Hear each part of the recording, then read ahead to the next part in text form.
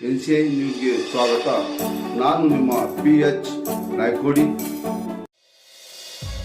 ಆಕಸ್ಮಿಕವಾಗಿ ಇಂದು ತಂತಿ ತಗಲಿ ವ್ಯಕ್ತಿ ಸಾವನ್ನಪ್ಪಿದ ಘಟನೆ ವಿಜಯಪುರ ಜಿಲ್ಲೆಯ ತಾಳಿಕೋಟೆ ತಾಲೂಕಿನ ಮುಖ್ಯಳ ಗ್ರಾಮದಲ್ಲಿ ನಡೆದಿದೆ. ಹುಸೇನ್ ಭಾಷಾ ವಿದ್ಯುತ್ ಸ್ಪರ್ಶಿಸಿ ಮೃತಪಟ್ಟಿರುವ ವ್ಯಕ್ತಿ ಮುಖ್ಯ ಗ್ರಾಮವಾದ ಹೊರವಲಯದಲ್ಲಿ ಶಿವಪುರ ಗ್ರಾಮಕ್ಕೆ ತೆರಳುವ ಮಾರ್ಗ ದುರ್ಘಟನೆ ಸಂಭವಿಸಿದೆ. ಪತ್ನಿ ಹಾಗೂ ಮಕ್ಕಳ ಆಕ್ರಂದನ ಮುಗಿಲು ಮುಟ್ಟಿದೆ. ತಾಳಿಕೋಟೆ ಪೊಲೀಸ್ ಠಾಣೆಯಲ್ಲಿ ಕೇಸು ದಾಖಲಾಗಿದೆ.